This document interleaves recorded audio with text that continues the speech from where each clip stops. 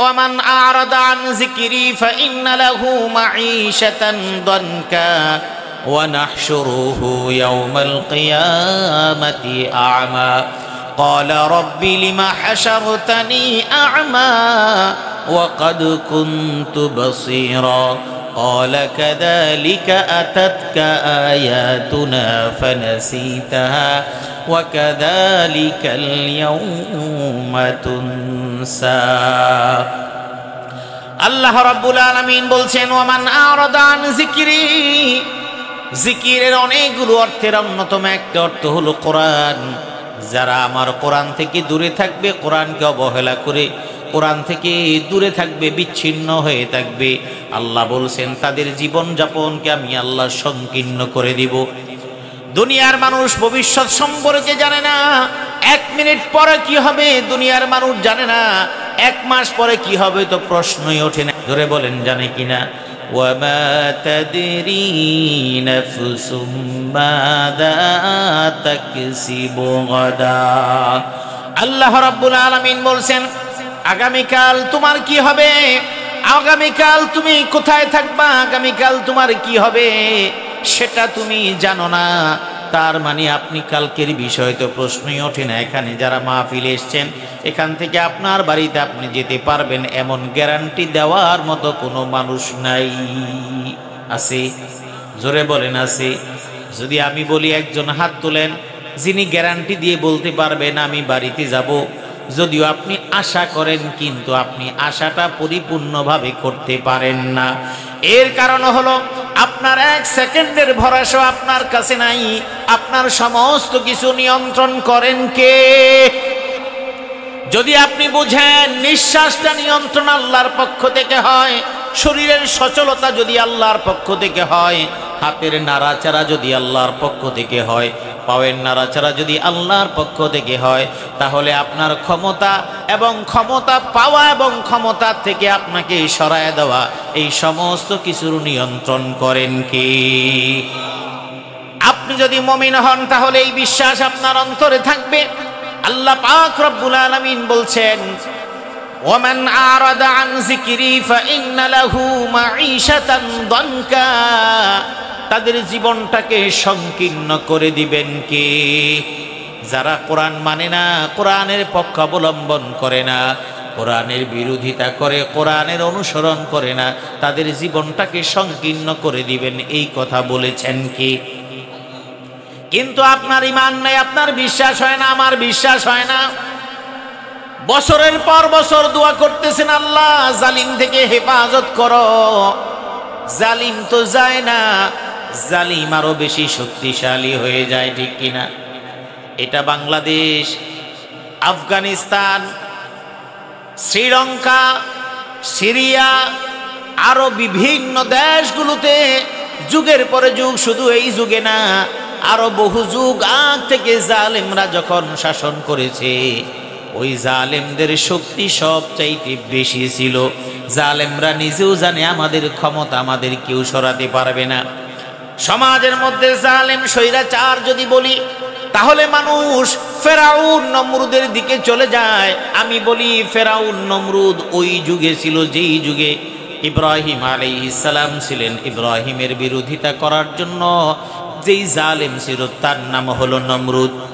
মূসা আলাইহিস সালামের তাওহীদের বিরোধিতা করার জন্য যেই জালেম শাসক ছিল তার নাম ছিল ফেরাউন। ওই ব্যক্তিগুলো চলে গেছে, কিন্তু তাদের আদর্শ এবং চেতনা এখনো আছে না নাই? তার মানে আপনি বুঝবেন নমরুদ ব্যক্তি চলে যায়, ফেরাউন ব্যক্তি চলে যায়, ইব্রাহিম আলাইহিস সালাম ব্যক্তি নবী চলে গেছেন, মূসা আলাইহিস সালাম ব্যক্তি নবী চলে গেছেন, আল্লাহর নবী মুহাম্মদুর রাসূলুল্লাহ সাল্লাল্লাহু আলাইহি ওয়াসাল্লাম ব্যক্তি নবী চলে গেছেন।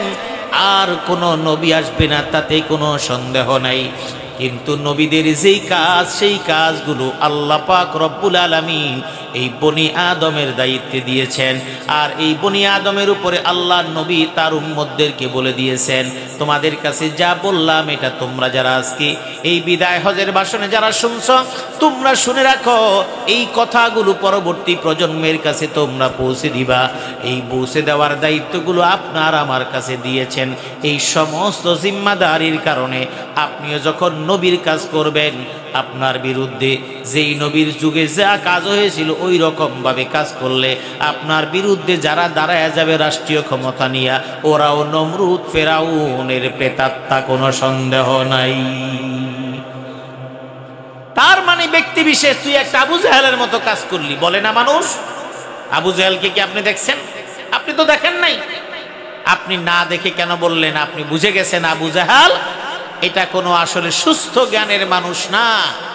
আল্লাহ বলছেন, মাই ওয়ামান আরাদা আন যিকরি ফাইন্না লাহু মাঈশাতান দানকা, জীবন সংকীর্ণ করে দিবেন আল্লাহ। কিন্তু আপনি বলছেন, আপনি দেখছেন যত যত জালিমরা আছে তারা তো অনেক ভালো আছে, যুগে যুগে সবাই ভালো ছিল, কিন্তু আপনি তাদের পরিণতিটা দেখেন নাই। আল্লাহ জীবনটাকে কেন সংকীর্ণ, কিভাবে সংকীর্ণ করবেন শুনুন। আপনার উপরে যারা রাজত্ব করেছে, শাসন করেছে, জুলুম করেছে, আপনার এলাকার শাসক, আপনার এলাকার জালেম জুলুম করেছে, জনগণের টাকা আত্মসাৎ করেছে, রাষ্ট্রের টাকা আত্মসাৎ করেছে, সৎ এবং ভালো মানুষগুলোকে মিথ্যা মামলা দিয়ে ঘর থেকে বের করে দিয়েছে, এমন আছে না নাই?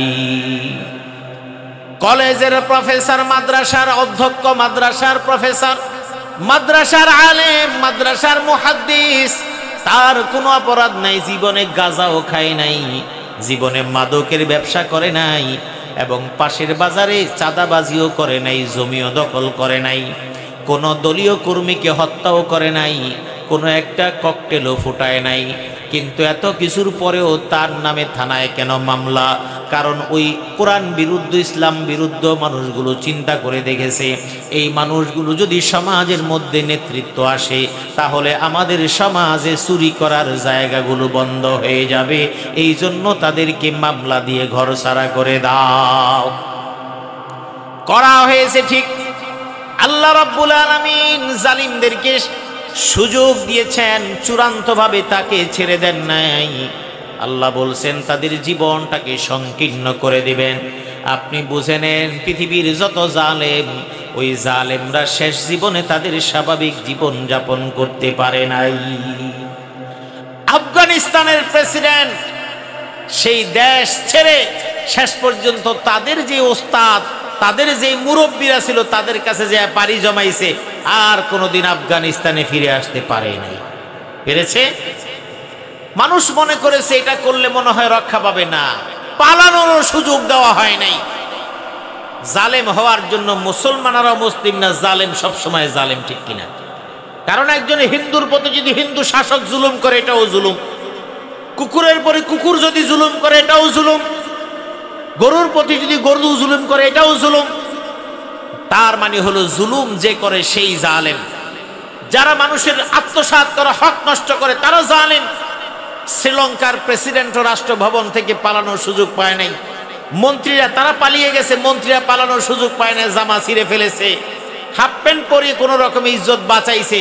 ভাগ্য ভালো বাংলাদেশের সেনাবাহিনী প্রধান, তিনি অন্তত পক্ষে হাফ প্যান্ট পরে পালানোর সুযোগ থেকে তাদেরকে ক্যান্টনমেন্টের মধ্যে তিনি রেখে 626 জন রাষ্ট্রীয় চোরদেরকে রেখে তিনি তাদেরকে একটা রাষ্ট্রীয়ভাবে এক্সিট করার ব্যবস্থা করে দেওয়ায় এরা কাপড় চোপড় নিয়ে পালাতে পারেছে, নতুবা পালানোর তাদের কোনো সুযোগ ছিল না। আপনার কাছে খারাপ লাগতে পারে, ভাবে বলি কেন? কোরআন বলছে ফাইন্না লাহু মাঈশাতান দানকা, কতদিন চলবে? জীবনটা সংকীর্ণ হয়ে যাবে। কেউ পালিয়েছে সীমান্ত দিয়ে, পালাতে গিয়ে দালালের সাথে কথা বলেছে, দালাল রে ডলার দিছে, দালাল ডলার রেখা ডলার নিয়ে পালাইছে, তারে আর নেয় নেই। তারপরে কলার বরগে শোয়া ছাড়া তার কোনো গতি ছিল না। অথচ রাষ্ট্রীয় বুদ্ধিজীবী হিসেবে শুধু বুদ্ধিজীবী নয়, হেন কোনো কথা নাই, জবান দিয়ে বের করেছে, এটা মিথ্যা বলতেছে, এটাও তার বিবেকে ধরে নাই, বরং মিথ্যাকে সত্যের মতো করে বলেছে। এর চাইতে বড় জালেম আর হতে পারে না। আর রাষ্ট্রীয়ভাবে জুডিশিয়ালি কিলিং এর সিদ্ধান্ত নিয়ে গর্ব করে বলে, আমি আল্লামা দেলোয়ার হোসেন সাঈদীর ফাঁসি দিয়েছি, তুমি ফাঁসি দিয়েছো, যাই করেছো, বিচার চূড়ান্ত জায়গায় চলে গেছে, ওখানে দেখা হবে তোমার কতটুকু সিদ্ধান্ত জমিনের মধ্যে জিল্লতে দিয়ে আল্লাহ বুঝায় দিয়েছেন। একজন ইন্তেকালের পরে তার জানাজায় শরীক হওয়ার জন্য মানুষ দৌড়ে দৌড়ে গিয়েছে, যারা যেতে পারে নাই তারা ঘরের মধ্যে কান্না করেছে, যারা কান্না করতে পারে নাই তারা মন থেকে দোয়া করেছে, নীরবে নিভৃতে চোখের পানি ফেলে জান্নাতের জন্য দোয়া করেছে, কিন্তু তাদের জীবনটা সফল হয়ে গেছে। কিন্তু তোমাদের এই বিশাল এই পৃথিবীর মধ্যে এত জায়গা থাকা সত্ত্বেও তোমাদের পালানোর, তোমাদের আত্মগোপন করার মতো জায়গাটাও জমিনের মধ্যে রাখা হয় নাই। ফাইন্না লাহু মাঈশাতান দানকা, আল্লাহ বলেছে কোরআনের বিরুদ্ধে আচরণ যারা করবে, কোরআনের বিরুদ্ধে যাদের অবস্থান থাকবে, কোরআন যারা মানে তাদের বিরুদ্ধে যাদের অবস্থান থাকবে, তাদের জীবনটাকে সংকীর্ণ করে দেবেন কি? এই সংকীর্ণ করে দেওয়া শুধু রাজনৈতিকভাবে শুধু তাই না, এই সমাজের বহু মানুষ বিত্তশালী, টাকাওয়ালা মানুষ, ক্ষমতাশালী মানুষ, তার কাছে রাষ্ট্রের কোনো গুরুত্বপূর্ণ দায়িত্ব নাই, কিন্তু সেও জালেম, সেও কোরআন মানে না, কোরআন পছন্দ করে না। বহু রাষ্ট্রের পদধারী বিভিন্ন আমলা, প্রশাসনের বিভিন্ন ব্যক্তিরা আছে যারা ইসলাম পছন্দ করে না, তাদের কাছে কোরআন পাওয়া যাওয়ার কারণে এই কোরআনটাকে নিয়ে তারা গ্রেফতার করে বিভিন্ন ইসলামপন্থী বইগুলো পড়বে, সেই নামাজ সংক্রান্ত বই পড়ে, সেটাও নাম দিয়েছে জিহাদি বই। এই রকমভাবে সব ইসলামিক বইকে জিহাদি বই রূপদান করে যাদেরকে গ্রেফতার করা হয়েছে, খোঁজ নিয়ে দেখেন তাদের ঘরের মধ্যে অনেক বিলাসবহুল জীবন যাপন তাদের থাকতে পারে, হয়তো ছেলে মেয়ে সন্তান কোনো কিছু দিয়ে তাদেরকে আল্লাহ এমন অশান্তিতে রেখেছেন তার কোনো বর্ণনা দুনিয়ার কোনো মানুষ হয়তো জানে না। একজন ছাগল কাণ্ডের কারণে ছাগল কিনলো, আমরা মনে করলাম বহু সুখী একজন, বহু মানুষ তারা মনে করেছে বছরের পর যুগের পরে যুগ কোটি কোটি টাকা ভোগ করে তারা আরাম আয়েশ করেছে, সব এলাকার মধ্যে প্রভাব। কিন্তু আল্লাহ রাব্বুল আলামিন বলেন, আমি জীবনটাকে যখন সংকীর্ণ করে দেব, আপনার জীবনে কিন্তু আল্লাহ বারবার আপনাকে ধরবেন না, একবার ধরবেন, যখন আল্লাহ ধরবেন তখন কিন্তু ছাড়বে না। কারণ আপনি যখন আপনার এলাকায় দেখেন একটা বিড়াল যখন ইঁদুরকে ধাওয়া করে বা ইঁদুর ধরে আনে, ওই ইঁদুরটা ধরার পরে ওই বিড়ালটা খুব শক্তভাবে ইঁদুরটাকে ধরে, ইঁদুরটাকে এমনভাবে কামড় দিয়ে ধরে ইঁদুর সরার কোনো শক্তি নাই, কিন্তু কিছু সময় পরে বিড়ালটা ইঁদুরটাকে একটু ছেড়ে দেয়, ছেড়ে দেওয়ার পরে বিড়ালটাও মৃত্যুর মতো ভান করে পড়ে থাকে, কিন্তু একেবারে বিড়াল সচেতন যাতে পালাতে না পারে, নিজে দেখে বলছি, মরার মতো পড়ে থাকে। বিড়াল এমন হাত দিয়ে লাড়া দেয়, লাড়া দেওয়ার পরে আবার সে পড়ে যায়, সে বুঝায় যে আমি এখন মারা গেছি, যাতে করে বিড়াল বেখেয়াল হয়ে যায় আর সে পালায়া যায়। ওই ইঁদুরটা যখন একটু নাড়া দিয়ে ওঠে, বিড়াল অগ্নিভাবে থবাস করে ধরে ফেলে। সেই জন্য মানুষ বলে বিড়াল ইঁদুর নিয়ে নাচানাচি করে খেলে তাকে মারার আগে। এরপরে যখন চূড়ান্তভাবে ওই বিড়ালটা ইঁদুরটাকে ধরে, ওই চূড়ান্ত ধরার পরে ইঁদুরটাকে কিন্তু বিড়াল আর ছাড়ে না। আল্লাহ পাক রব্বুল আলামিন দুনিয়ার মধ্যে যারা জুলুম করে, দুনিয়ার মধ্যে যারা মানুষের অর্থ আত্মসাৎ করে, রাষ্ট্রের সম্পদ আত্মসাৎ করে, কোটি কোটি টাকা কামায় একজন কমিশনার, একজন এনআরবি কমিশনার, রাজস্ব বোর্ডের কমিশনার, তিনি যত টাকা বেতন পান না কেন তার পক্ষে শত শত কোটি টাকার মালিক হওয়া কোনোদিন সম্ভব না। একজন পুলিশের আইজিপি বলেন, একজন পুলিশের বড় অফিসার বলেন, সে যত টাকাই বেতন পাক না কেন তার পক্ষে 10 কোটি টাকা দিয়ে বাংলো বাড়ি করা কোনোদিন সম্ভব না। একজন পুলিশ কর্মকর্তা যত বড় টাকার মালিক হোক না কেন তার ওই আমেরিকার মধ্যে বাড়িসহ বাড়িঘর কিনে থাকার তার পক্ষে কোনোদিন সম্ভব না। যখন এই অবস্থা হয় বুঝতে আর বাকি থাকে না, রাষ্ট্রের সম্পদ, জনগণের সম্পদ লুট করে করা হয়েছে, আর তারা হলো ইসলামপন্থী মানুষের বিরুদ্ধে অবস্থান করে। কারণ এই চুরি চামারি করা, লুটপাট করা, এটা ইসলামের বিরুদ্ধ কাজ, এটা কোরআনের বিরুদ্ধ কাজ। যারা কোরআনের বিরুদ্ধ কাজ করে তাদের ব্যাপারে আমার আল্লাহ বলেছেন ফা ইন্না লাহু মাঈশাতান দনকা। যে কারণে সামান্য যখন সময় আসে তখন স্ত্রী বলে সে আমার স্বামী, কিন্তু তার সঙ্গে আমার কোনো যোগাযোগ নাই। বলে কি বলে না? ছেলে যখন অন্যায় করে, ছেলে যখন কাস্টডিতে যায়, বাবাও বলে এই ছেলে একেবারে বকে গেছে, এর সাথে আমার কোনো যোগাযোগ নাই। বাবা যদি অন্যায় গ্রেফতার হয়, মেয়ে বলে ওই বাবার শাস্তি হোক, আমরা তো তাকে বলি নাই চুরি করে আমাদের জন্য কানাডায় বাড়ি করার জন্য, কিন্তু ওই বাবা কিন্তু সন্তানের জন্য অন্যায়ভাবে মাল আহরণ করলেন, কোরআন বিরুদ্ধ কথা বললেন, কোরআনের বিরুদ্ধে আইন, কোরআনের বিরুদ্ধে পালন করলেন। তার মানে কি? কোরআন বলে দিয়েছে তুমি হারাম খাবে, তুমি হারাম খাবে না, তুমি হালাল খাবে। তুমি হারামের ধারে কাছেও যাবে না, হালাল তুমি খাবে। যদি পরিমাণে অল্প হয়, তোমার ওই অল্প আয়ের মধ্যে আমি আল্লাহ কিভাবে বরকত দেওয়া দরকার সেটা আমি বরকত দিয়ে দিব। ওই অল্প আয়ের মধ্যে বরকতের মানে কি? অল্প আয়ের মধ্যে বরকতের মানে একজন বেতন পায় 50,000, আর একজন দুর্নীতিগ্রস্ত অফিসার সে বেতন পায় 70,000। দুই বেতনের মধ্যে বরকত কি?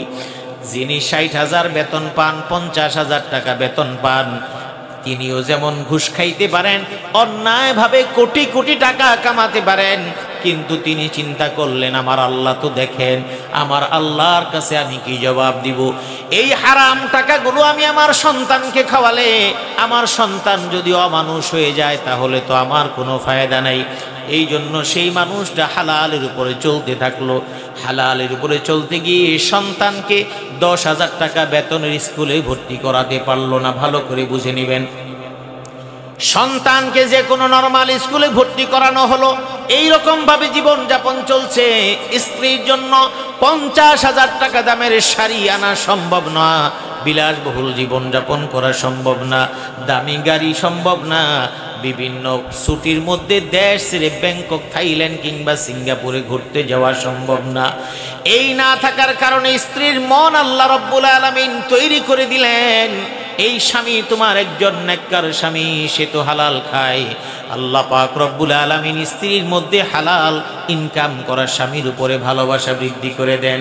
ওই স্বামী কম দেয়, কম খাওয়ায়, কিন্তু ওই স্বামীর জন্য স্ত্রী টেবিলের মধ্যে খাবার নিয়ে বসে থাকে। স্বামী আসার পরে অথবা পরে যেভাবে হোক স্বামীর জন্য খাবার রেডি করে রাখে, কিন্তু ভালোবাসার এগুলির বর্ণনা করে শেষ করে যাবে না। কারণ এই ভালোবাসা আছে।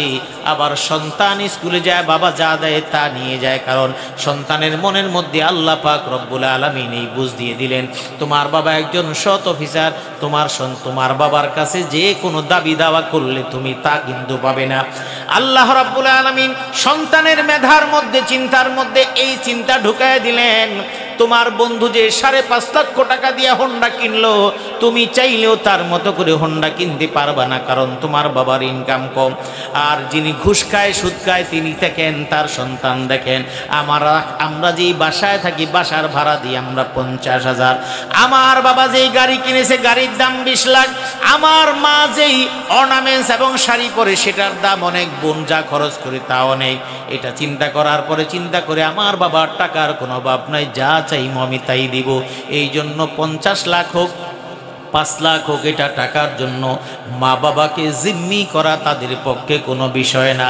আর ওই বাবাও চিন্তা করে 5 লাখ আমার না, আরেক মক্কেলের কাছ থেকে আমি দিয়ে আসবো।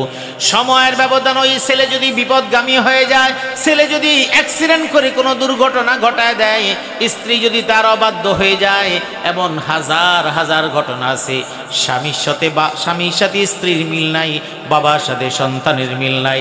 বড় হওয়া যাওয়ার পরে স্বামী ওই সন্তানেরা বাড়িঘর সব বিক্রি করে বলে কানাডায় পাড়ি জমাতে হবে। জীবন পার করে শেষ জবানায় তাকে ঔষধ দিয়ে খাবার দেওয়ার মতো কোনো লোক পাওয়া যায় না। হাজার রকমের বর্ণনা, সপ্ত বর্ণনা আপনারা নিজেরাই বুঝেন। কিন্তু আবার একজন মানুষ সৎ জীবন যাপন করে, হয়তো বিলাসী জীবন যাপন করে নাই, আল্লাহ পাক রব্বুল আলামিন তার সন্তানকে এমনভাবে সৎ মানুষ বানায় দিলেন, এমনভাবে ভালো শিক্ষা দীক্ষা দিয়ে ভালো একটা পোস্টে নিয়ে গেলেন। ওই মানুষটাকে দেখে সবাই বলে লোকটা জীবনে পয়সা কামায় নাই, কিন্তু তার সন্তানদেরকে সম্পদ হিসাবে বানায় দিয়েছে। এই বরকতটুকু দান করলেন কি? 30,000 বেড়ে 40 হবে না, এটাই হলো বরকত। বরকতের মানে কি? একজন মানুষ অল্প আয় করে, হারাম খায় না, যতটুকু পারে তার উপরে জীবন যাপন করে। তার সন্তান আছে, ছোট আছে, বউ আছে, সন্তান আছে। হয়তো তাকে যদি কোনো বড় ধরনের কোনো বিপদ দেয় কিংবা কোনো রোগ শোক দেয়, তাহলে সে পারবে না। আল্লাহ পাক রব্বুল আলামিন তার ওই বিপদ থেকে হেফাজত করে নেন।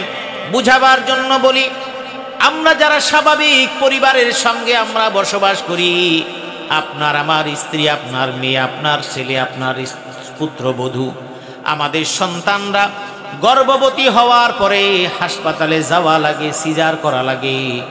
কিন্তু বস্তির মধ্যে যেই মহিলাগুলো থাকে, আপনি খোঁজ নিয়ে দেখবেন কয়টা মহিলার সিজার হওয়া লাগে।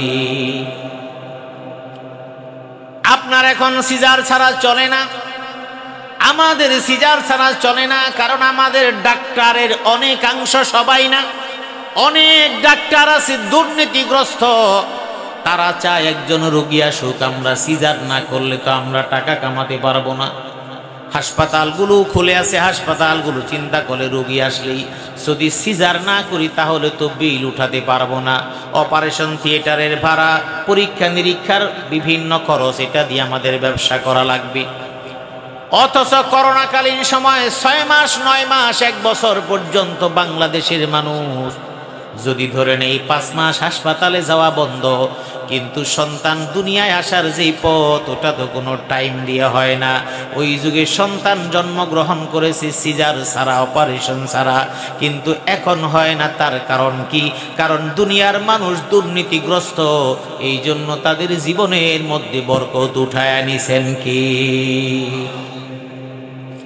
আমরা ভালো ভালো খাবার খাই, দামি দামি খাবার খাই, কিন্তু খাবার ঠিকই খাই, শরীরে পুষ্টি যেখানে হওয়ার কথা, রোগের ফ্যাক্টরি এখন বেশি। কারণ আপনি আপনার জায়গায় দুর্নীতিগ্রস্ত, আমি আমার জায়গায় দুর্নীতিগ্রস্ত। রিক্সাওয়ালা রিক্সা চালায়, খুব পরিশ্রম করে রিক্সা চালায়, তাতে কোনো সন্দেহ নাই তার ইনকামটা হালাল। কিন্তু যখন দেখবেন বৃষ্টির ফোঁটা পরে কাস্টমার 4 জন, রিক্সা আছে 2 জন, 30 টাকার ভাড়া 100 টাকা দিয়ে বসিয়ে থাকবে, তার মানে আপনাকে এমনভাবে ফাঁসায় দিল আপনার থেকে 100 টাকা তার নেওয়াই লাগবে। কিন্তু এই 100 টাকা নিয়ে যখন বাড়িতে যাবে, যার যখন দেখবে সন্তানের ঠান্ডা লেগে গেছে, 200 টাকার সিরাপ দিয়েও তার কাজ হবে না। তার মানে হলো আপনি যদি কোরআনের বিরুদ্ধে কাজ করেন, আপনার জীবনটাকে সংকটময় এবং সংকীর্ণ করে দিবেন কি? বরকতের মানে হলো এই। অনেক মানুষ বলে মসজিদের হুজুরদের বেতন কম দেয়, মাদ্রাসার হুজুরদের বেতন কম দেয়, আলেম ওলামাদেরকে বিভিন্ন সময় প্রাপ্য থেকে বঞ্চিত করার পর হুজুর আপনাদের বেতনে তো অনেক বরকত, এই স্লোগান দিয়া এদেরকে বঞ্চিত করা হয়। বরকতের মানে কি জানেন? বরকতের আরেকটা মানে হলো একজন ইমাম, একজন হুজুর বুঝে গেলেন আমি তো চিল্লায় লাভ নেই, আমার এর চেতন বেশি দিবে না, না দেওয়ার কারণে আমাকে এটার মধ্যেই মানিয়ে নিতে হবে। সিদ্ধান্ত যখন হয়ে যায় মানিয়ে নিতে হবে, তখন আর তার আফসোসের কোনো কিছুই থাকে না। আমার কথা কি বুঝতে কষ্ট হয়েছে? আমি আপনাকে আরো সহজ করে বুঝিয়ে দেই। এইটা হলো লাকসাম মনোহরগঞ্জ। এই মনোহরগঞ্জ থেকে লাকসাম কত কিলোমিটার হবে? 15-16 কিলোমিটার, আরো বেশি হবে। এখানে যারা মুরব্বীরা আছেন, অনেক মুরব্বীরা আছেন, 30 বছর আগে এখান থেকে লাকসাম তো পায়ে হেঁটে গিয়েছেন আপনারা, বিকল্প কোনো পথ হয়তো ছিল না, অথবা থাকলেও রিক্সা ভাড়া দেওয়ার মতো সামর্থ্য অনেকের ছিল না। রিক্সা হয়তো টুংটাং চলছে, এখনকার মতো এত অ্যাভেলেবেল রিক্সা না, কিন্তু রিক্সার যেই ভাড়া, ওই ভাড়া দিয়ে আপনার চলার মতো ক্ষমতা ছিল না। আপনি কৃষিজীবী মানুষ, স্বল্প আয়ের মানুষ, সন্তানদেরকে নিয়ে আপনি চলছেন, আপনার সেটা নাই। আপনি কিন্তু ঠিকই এখান থেকে লাকসাম পর্যন্ত হেঁটে গিয়েছেন। আপনাকে যদি বলা হয় আগামীকাল সকালে লাকসাম হেঁটে যাইবেন, পারবেন? কথা বলেন না কেন? পারবেন? পারবেন। লাকসাম পর্যন্ত যাওয়া লাগবে না, 5 কিলোমিটার না 3 কিলোমিটার হাঁটার কথা বললে ভাই আমার দ্বারা সম্ভব না, ঠিক কিনা বলেন? কেন এমন হইলেন? গ্রামের প্রচলিত একটা কথা আছে, ঘোড়া দেখলে খোরা হয়, ঘোড়া দেখলে খোরা হয়।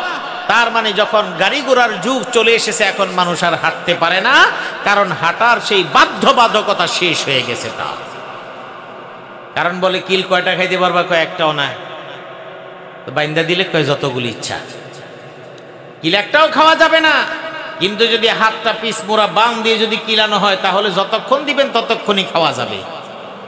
আমি এই কথা কেন বললাম? যেই মানুষটা অল্প আয়ের মানুষ, এই মানুষটা বুঝে গেছে এর চাইতে বেশি আমার নাই। যখন সে বুঝে গেছে এর চাইতে বেশি আমার নাই, তখন সে তার জীবনটাকে ওটার উপর নির্ভর করে দিয়েছে, এর চাইতে বেশি আমি কল্পনা করতে পারবো না।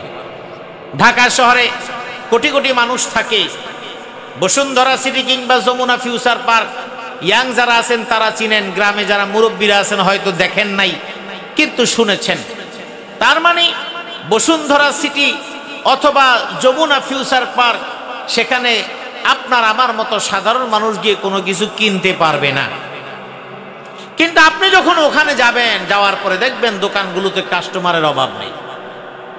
তাহলে এই কাস্টমারগুলো কোথায় আসলে? এমন জায়গা থেকে তারা আসছে যারা ওখানকার জন্যই তারা মানসিকভাবে প্রস্তুত।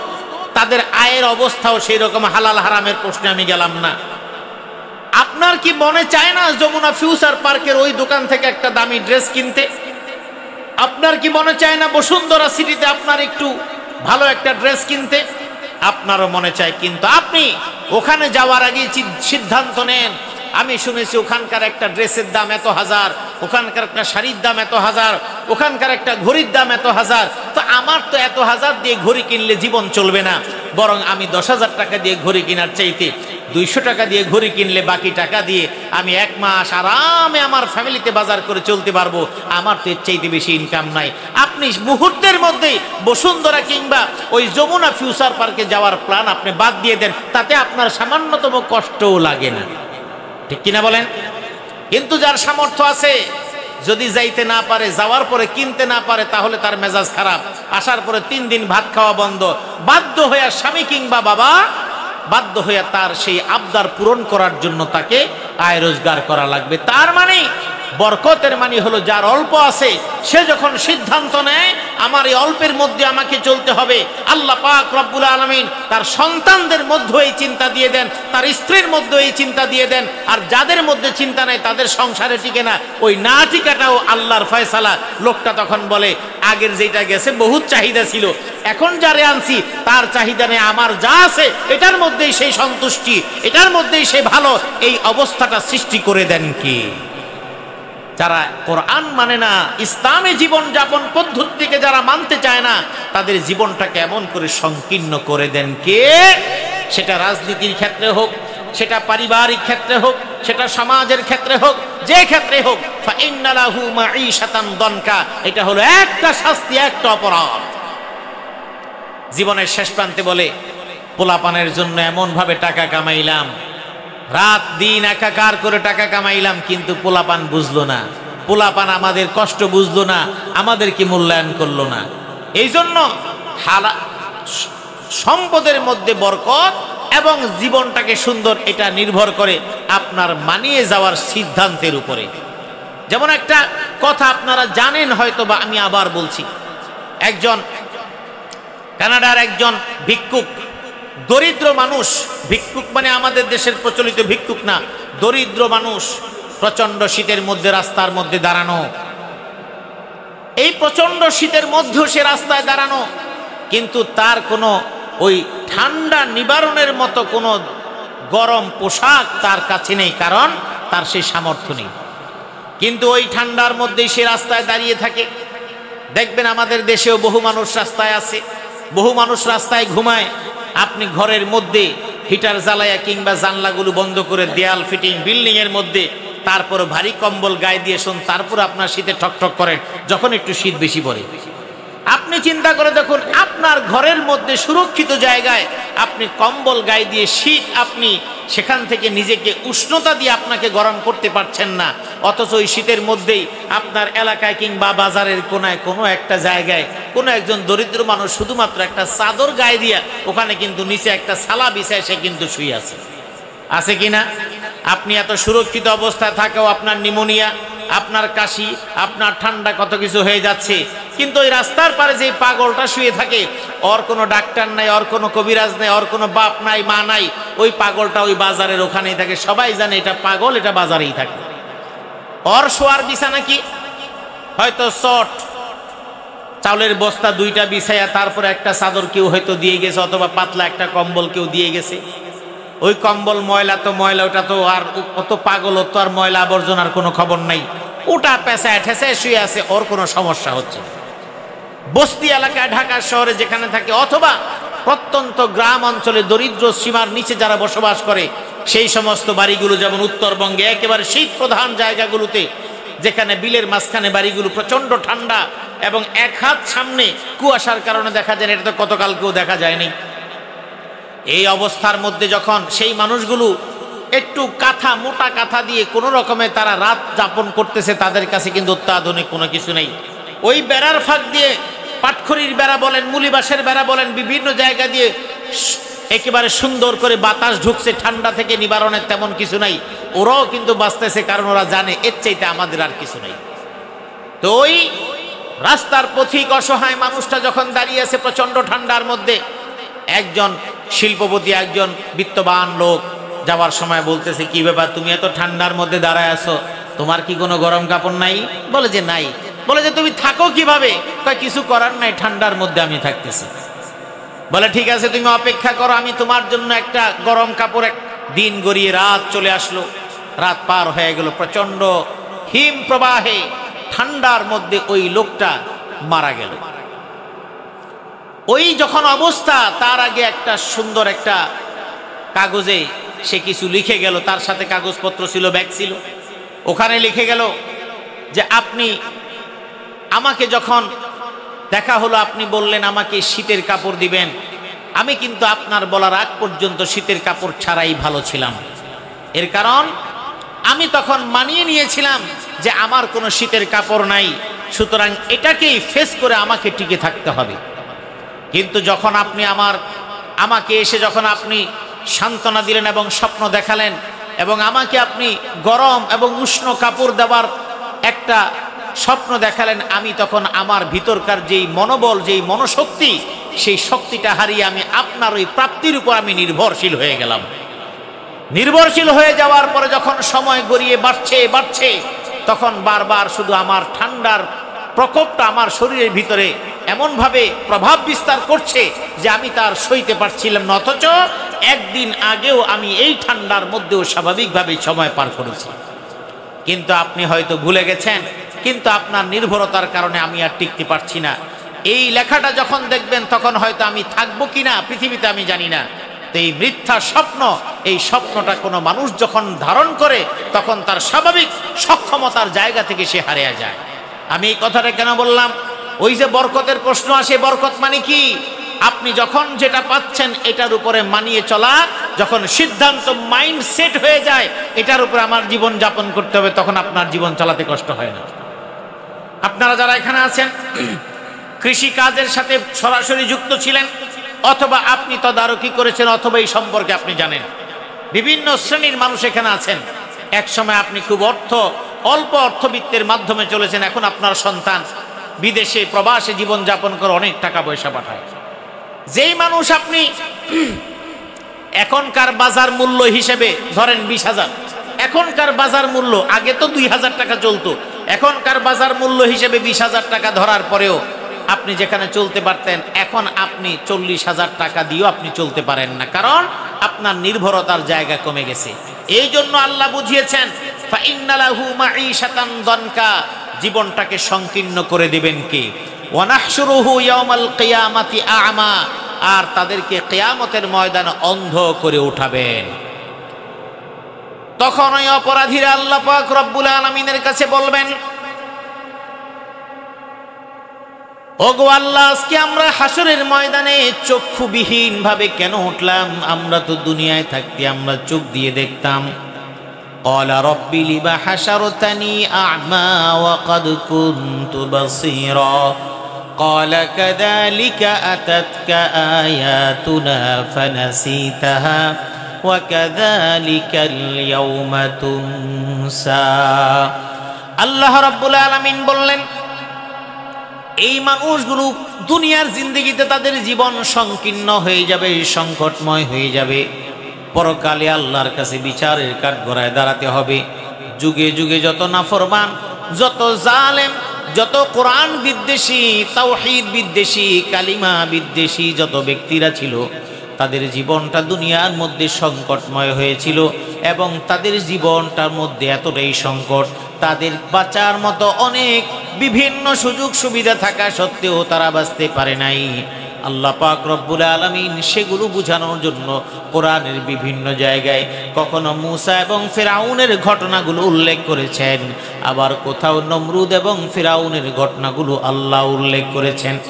আল্লাহ পাক রব্বুল আলামিন ওই ঘটনাগুলোর মাধ্যমে এটা বুঝিয়েছেন, যেই নমরুদ এত বেশি প্রভাবশালী, যার ক্ষমতার সামনে কারো ক্ষমতা কুলায় না, ওই নমরুদকে আল্লাহ পাক রব্বুল আলামিন যখন দুনিয়া থেকে বিদায় করে নেন, তার জীবনটা এত সংকটময় করে দিলেন, সামান্যতম সবচেয়ে দুর্বল এবং ছোট যেই প্রাণী মশা, ওই মশার মাধ্যমে তার জীবনটাকে তছনছ করে দিলেন। কি ফিরাউনের মতো একজন প্রভাবশালী রাষ্ট্র শাসক, যিনি মূসা আলাইহিস সালামকে দেশ থেকে তাড়িয়ে দিলেন, যিনি মূসা আলাইহিস সালামকে জন্মগ্রহণ করাকালীন সময়ে দুনিয়া থেকে বিনাশ করে দেওয়ার পরিকল্পনা করলেন, ওই ফিরাউনকে আল্লাহ পাক রব্বুল আলামিন তার জীবদ্দশার মধ্যে তার জীবনটাকে সংকটময় করে দিলেন। কেমনে?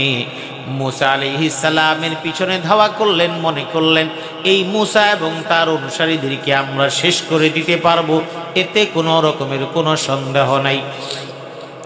এই চিন্তা করার পরে মূসা আলাইহিস সালাম যখন নদীর কিনারায় গেলেন, আল্লাহর নবী মূসা আলাইহিস সালাম আল্লাহ পাক রব্বুল আলামিনের কাছে সাহায্য চাইলেন। পিছনে ফিরাউন এবং তার দলবল আছে, আমাকে যদি এই মুহূর্তে পায় আমাকে ধ্বংস করে দিবে, শেষ করে দিবে, বিনাশ করে দিবে। শুধু আমাকেই নয়, যারা তাওহীদবাদী কালিমাপন্থী মানুষ তাদেরকেও শেষ করে দিবে। আল্লাহ পাক রব্বুল আলামিন জিবরিলের মাধ্যমে জানায় দিলেন, এই নদী পার হওয়ার জন্য তোমার কাছে যেই লাঠিটা আছে সেটা দিয়ে তুমি আঘাত করে দাও। হযরতে মূসা আলাইহিস সালাম লাঠি দিয়ে আঘাত করার কারণে পানির প্রবাহটা কমে গেল।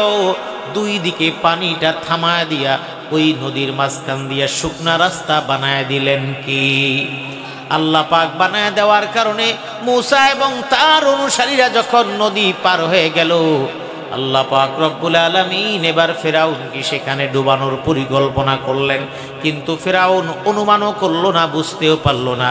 আল্লাহ পাক রব্বুল আলামিন বলছেন, فإن له معيشة ضنكا ونحشره يوم القيامة أعمى। আল্লাহ পাক রব্বুল আলামিন বলছেন, জীবনটাকে আমি সংকটময় এবং সংকীর্ণ করে দিলাম।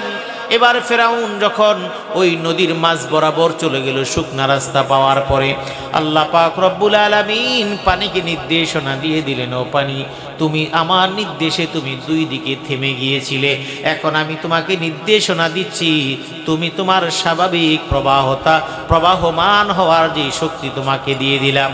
পানিগুলো স্বাভাবিকভাবে চলছে, এই অথই পানির মধ্যে একজন মানুষের বেঁচে থাকা কোনোদিন সম্ভব নয়। ফিরাউন এবার ডুবে ডুবে মরছে। জিবরিল আমিনকে আল্লাহ বলে দিলেন তাকে এই শাস্তি দেওয়ার জন্য। এবার ফিরাউন যখন পানিতে ডুবে ডুবে মরছে, ডুবছে, উঠছে, পানি খাচ্ছে, মরে যাচ্ছে, ওই সময় আল্লাহ পাক রব্বুল আলামিনের কাছে ঈমান আনার একটা নাটকীয়তা অবস্থান গ্রহণ করলো ফিরাউন। আর তখন বলল, আল্লাহ, আমানতু আন্নাহু লা ইলাহা ইল্লাল্লাযী আমানাত বিহি বানু ইসরাঈল ওয়া আনা মিনাল মুসলিমিন।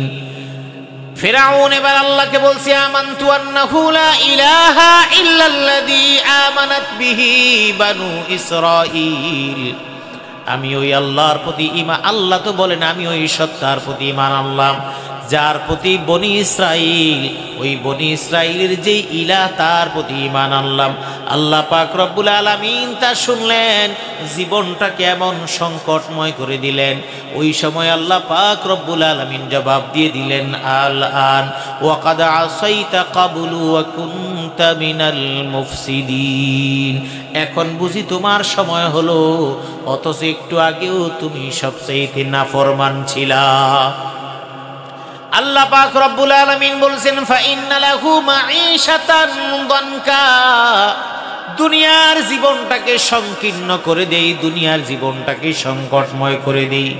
এই জন্য আমার ভাইয়েরা, দুনিয়ার মধ্যে যারা নাফরমানি করে, দুনিয়ার মধ্যে যারা আল্লাহর বিধান লঙ্ঘন করে, আল্লাহর বিধানগুলোকে বৃদ্ধাঙ্গুলি দিয়ে যারা পালন করে না, কখনো কখনো ওই মানুষগুলোকে দুনিয়ার মধ্যে জটিল কঠিন বিপদের মধ্যে ফেলে তাদের সমস্ত কিছু পানিশমেন্টের ব্যবস্থা করেন কি।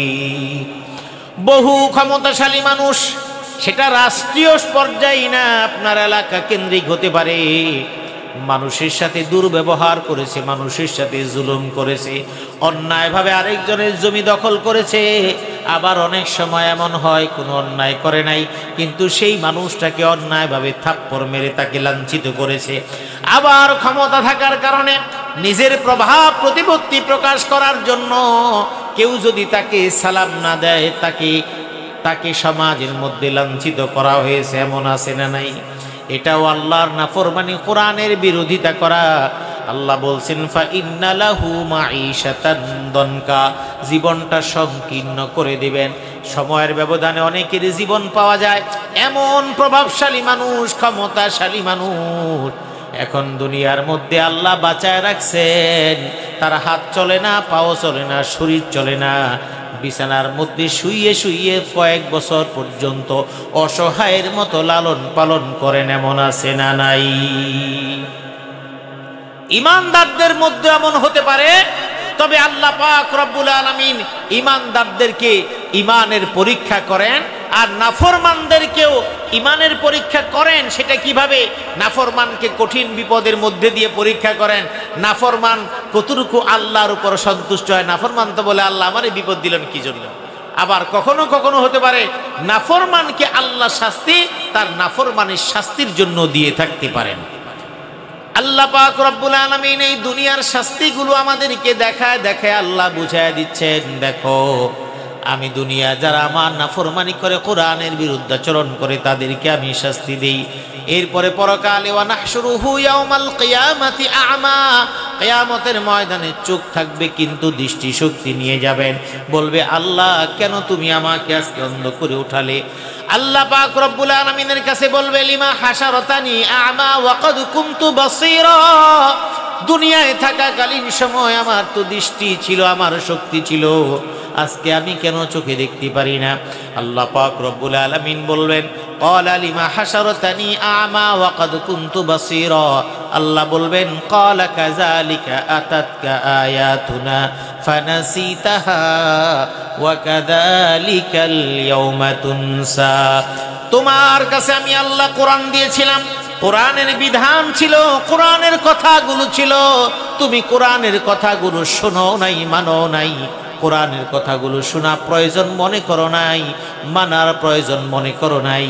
সেই দিন যেমন আমি আল্লাহকে ভুলে গিয়েছ, আমি আজকেও আমি তোমাকে আমি আল্লাহ ভুলে গেলাম।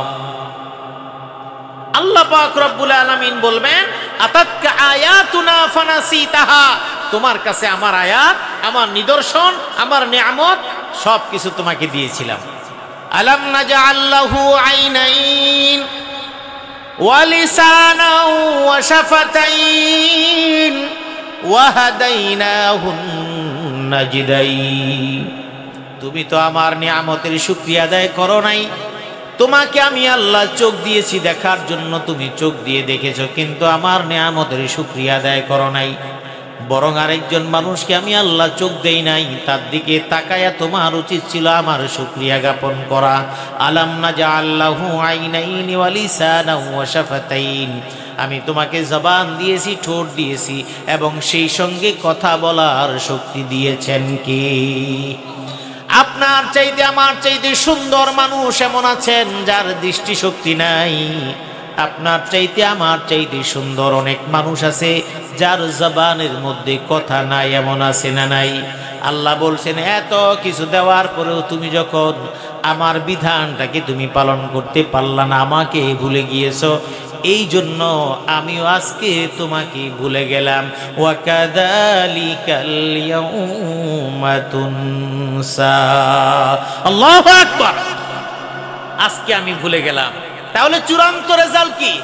আল্লাহ রাব্বুল আলামিন বলছেন ইন্নাহু মাইয়াতি রাব্বাহু মুজরিমান ফাইন্না লাহু জাহান্নাম فإن له جهنم لا يموت فيها ولا يحيا। আল্লাহ রাব্বুল আলামিন বলেছেন এই কোরআনের ভিত্তিতে মানুষের মধ্যে দুইটা শ্রেণী তখন আমার কাছে ক্লিয়ার হয়ে যাবে। এক শ্রেণী হবে আল্লাহর নাফরমান, আমার নাফরমানিতে জীবন যাপন করেছে, অপরাধীর কাতারে দাঁড়াবে। ইন্নাহু মাইয়াতি রাব্বাহু মুজরিমান, যারা আল্লাহর সাথে নাফরমানি করেছে তারা আসবে। ফা ইন্না লাহু জাহান্নাম লা ইয়ামুতু ফিহা ওয়া লা ইয়াহইয়া, তাদের জায়গা হবে জাহান্নাম, সেখানে তারা মারাও যাবে না, তারা বেঁচেও থাকবে না। তার মানে তাদেরকে মারা হবে, আবার জীবিত করা হবে, আবার মারা হবে, আবার জীবিত করা হবে। আল্লাহ রাব্বুল আলামিন বলছেন কুল্লামা নাদিজাত জুলুদুহুম বাদদালনাহুম জুলুদান গায়রাহা লিয়াদুকুল আযাব। আল্লাহ রাব্বুল আলামিন বলছেন জাহান্নামের পোশাকগুলো যখন পরায়া দেওয়া হবে, ওই আগুন দিয়ে বারবার শরীরটাকে ঝলসে দেওয়া হবে, পরায়া দেওয়া হবে, অঙ্গার করে ফেলা হবে, আবার নতুন করে অঙ্গ প্রত্যঙ্গগুলো তৈরি করে দিবেন কি? এরপরে আল্লাহ বললেন কোরআন মানার যারা, তাদের মধ্যে দুইটা গ্রুপ, একটা হলো কোরআন মানবে আর একটা হলো মানবে না, যারা অপরাধী তাদের কথা বললেন। আল্লাহ বললেন ফা ইন্না লাহু জাহান্নামা লা ইয়ামুতু ফিহা ওয়া লা ইয়াহইয়া। এবার দ্বিতীয় পদ, সেটা হলো যারা কোরআন মেনেছে, যারা আল্লাহর প্রতি ঈমানদার, যারা ঈমানদার তারা কখনো কোরআনের বাইরে যায় না। আল্লাহ রাব্বুল আলামিন বলেছেন ওয়া মাইয়াতিহি মুমিনান ক্বাদ আমিলাস সালিহাতি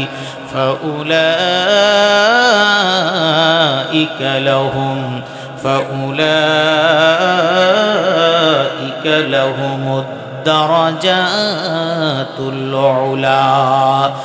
আল্লাহ রাব্বুল আলামিন বলছেন ওয়া মাইয়াতিহি মুমিনান ক্বাদ আমিলাস সালিহাত, যারা ঈমানদার, যারা আমলে সালেহ করেছে, তার মানে আল্লাহর বিধান মেনে নেক আমল করেছে, ভালো কাজ করেছে, ফাউলাইকা লাহুমুদ দারাজাতুল উলা, তাদের জন্য সুউচ্চ জায়গা, সুউচ্চ মর্যাদার ব্যবস্থা করেছেন কি?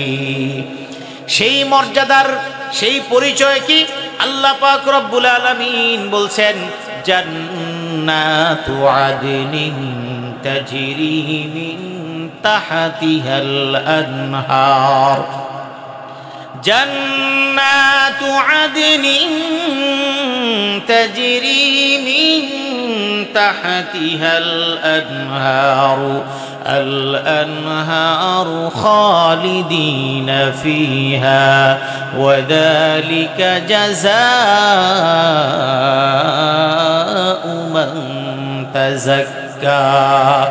আল্লাহ রাব্বুল আলামিন বলেছেন ঈমানদারদের জন্য সৌভাগ্য, ঈমানদারদের জন্য পুরস্কার। কোরআন যারা মানে, আল্লাহর বিধান যারা মানে, তাদের জন্য পুরস্কার হলো আল্লাহ পাক রব্বুল আলামিন তাদের জন্য সম্মানের ব্যবস্থা করবেন জান্নাত। ওই জান্নাত এমন জান্নাত যেই জান্নাতের তলদেশ দিয়ে ঝর্ণা দ্বারা প্রবাহিত করে রেখেছেন, এবং আল্লাহ বলছেন খালিদিনা ফিহা, ওই জান্নাতীরা জান্নাতে চিরস্থায়ী থাকবে। ওয়াদালিকা জাযাউ মান তাযাক্কা, এই সব কিছু তাদের তাকওয়া, তাদের আত্মশুদ্ধির পুরস্কার হিসেবে দিয়ে দিবেন কি? এই জন্য আল্লাহ পাক রব্বুল আলামিন এই কোরআনকে আমাদের জন্য দিয়েছেন জীবন বিধান হিসেবে, গাইড বুক। একজন ডায়াবেটিক রোগী হাসপাতালে গেলে, ডায়াবেটিস হাসপাতালে গেলে তাকে একটা ডায়াবেটিকের একটা বই সুন্দর মতো দিয়ে দেওয়া হয়, সেখানে খাবারের চার্ট দিয়ে দেওয়া আছে এবং ঔষধের পরিমাণ সব লেখা থাকে। এটাকে বলা হয় এটা আপনি মেনে চলবেন, তাহলে ডায়াবেটিস কন্ট্রোলে থাকবে, আপনার জীবনটা সুন্দর থাকবে। ঠিক তেমনি ভাবে আল্লাহ পাক রব্বুল আলামিন এই পুরা কোরআনকে দিয়ে দিলেন, এই কোরআনকে মেনে চললে তোমার ঘরে শান্তি থাকবে, তোমার সন্তানের মধ্যে পিতা হিসেবে তোমার মধ্যে সম্পর্ক ভালো থাকবে, স্ত্রী এবং স্বামী হিসেবে তোমাদের মধ্যকার সম্পর্ক ভালো থাকবে। কারণ এখানে সব কথা বলা আছে। এখানে যখন মানবে তখন একজন স্বামী কখনো স্ত্রীর উপর অন্যায় করবে না। এই কোরআন যখন স্ত্রী মানবে তখন স্বামীর সাথে উচ্চ গলায় এবং বেয়াদবিমূলক কথা বলার আগে চিন্তা করবে। এই কোরআন যখন আপনার পুত্রবধূ মানবে সে তখন চিন্তা করবে মুরব্বীদের সঙ্গে বেয়াদবি করার আগে আমাকে ভাবতে হবে। এই কোরআন যখন ওই পুত্রবধূর অর্থাৎ ছেলের বাবা এবং মা মানবে তখন সে চিন্তা করবে যৌতুক দেয় নাই এই জন্য আমার পুত্রবধূকে গালমন্দ করা আমার জন্য ঠিক হবে না। ঠিক তেমনি ভাবে শ্বশুর বাড়ির লোকজন যখন কোরআন মানবে তখন বুঝবে আমাদের বাড়ির এই মানুষগুলির মধ্যে বৈষম্য করা আমাদের জন্য ঠিক হবে না। আবার ভাই যখন কোরআন পড়বে, এই কোরআনে যখন পড়বে যেখানে বলা আছে যে এখানে অধিকার, সম্পদের অধিকারের ব্যাপারে সূরা নিসার মধ্যে দীর্ঘ আয়াত সম্পদের বন্টন নীতি পড়া আছে, তখন ভাই কোরআন পড়ে বুঝবে হায় হায় আমার বোনের সম্পদ তো আমার খাওয়া জায়েজ নাই, বরং আমার সম্পদের মধ্যে যদি আমার বোনের সম্পদ থাকে তাহলে ভাগ করে বুঝিয়ে বোনে ডাক দিয়ে তাকে নিয়ে যেতে বলা উচিত। এটা তখন আর কোনো সমস্যা থাকবে না। আবার বোন যখন কোরআনকে মানবে, মানার কারণে বোন চিন্তা করবে আমার দ্বারা যেন আমার ভাই কখনো নির্যাতিত না হয়। বোন যখন কোরআন মানবে তখন চিন্তা করবে আমার ভাইয়ের বউ তার উপরে আমার দ্বারা কোনো যেন দুর্ব্যবহার নির্যাতন না হয়। কোরআন যখন মানবে আমার বোন তার শ্বশুর বাড়িতে তার শ্বশুর বাড়িকে শ্বশুর শাশুড়িকে সম্মান করবে, ওই বাড়ির দায়িত্ব পালন করবে। কিন্তু যদি কোরআন না মানে ওই বাড়িতে পালন করুক আর না করুক, এই বাড়িতে সে ছেলের ভাইয়ের বউকে বলবে মুরব্বীদের সেবা করো জান্নাত পাওয়ার জন্য, কিন্তু নিজের বাড়ির মুরব্বী রাইখা আছে এই ব্যাপারে তার কোনো হুঁশ জ্ঞান থাকবে না। এই কোরআন যদি প্রত্যেকে মানত তাহলে এই সমাজের মধ্যে কোনো বিশৃঙ্খলা থাকতো না। আল্লাহ সে কথাই বলছে আমাদের এত সংকট কেন? ছেলের বউর মধ্যে মিল নাই, শাশুড়ির সাথে ছেলের বউর মিল নাই, শ্বশুরের সাথে মিল নাই, ওই পরিবার সব খুঁজে দেখেন স্বার্থের দ্বন্দ্ব কোনো না কোনো কিছু আছে। অথচ এটাকে যদি কোরআন মেনে যদি জীবন চালা হতো তাহলে কোনো সমস্যাই কোথাও থাকে না। কারণ একটা ছেলে যখন বিয়ে শাদী করে, যখন চিন্তা করে আমার যতটুকু সামর্থ্য তার মধ্যে, তখন তার না পাওয়ার কোনো বেদনা নাই। আর যখন চিন্তা করে কত মানুষ কত বন্ধু বান্ধব বিয়ে করলো, সেই বাড়ি থেকে কত কিছু পাইলো, আমি তো কিছুই পাইলাম না, তখনই একটা হতাশার ভিতরে কাজ করে। কোরআন মানে না, তার জীবনটা সংকটময় হয়ে যায়। যেই মেয়েটা বউ হয়ে আসলো সেও কোরআন বুঝে না, তার মেয়েও চিন্তা করে আমার অমুকের মেয়ে, আমার বোনের মেয়ে, আমার পাশের বাড়ির মেয়ে, তাকে বিয়ে দেওয়ার পরে কি সুন্দর জামাই বাবাজি শাশুড়ির মোটা চেন কিনে দিছে, আমার জামাই তো আমার দিতে পারলো না, সেও হতাশায় ভোগে। যেই মেয়েটা বউ হয়ে আসে সেও চিন্তা করে আমার বান্ধবীরা কত কত টাকা কামায়, কত সুন্দর সুন্দর দামি দামি অলংকার পরে, আমার জামাই তো আমাদের পড়াইতে পারলো না, এখানেও সংকট হয়ে গেল, স্বামী স্ত্রীর জীবনটা সংকট হয়ে গেল।